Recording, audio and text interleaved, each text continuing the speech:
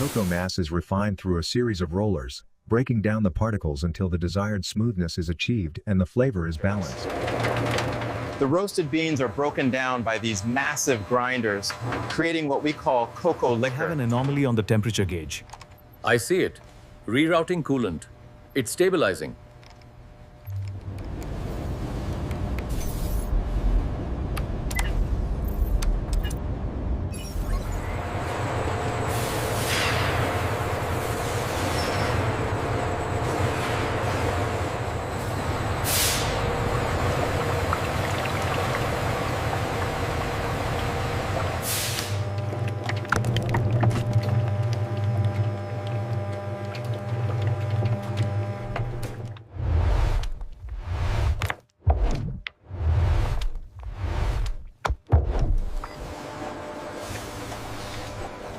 Every batch is refined and tested for quality.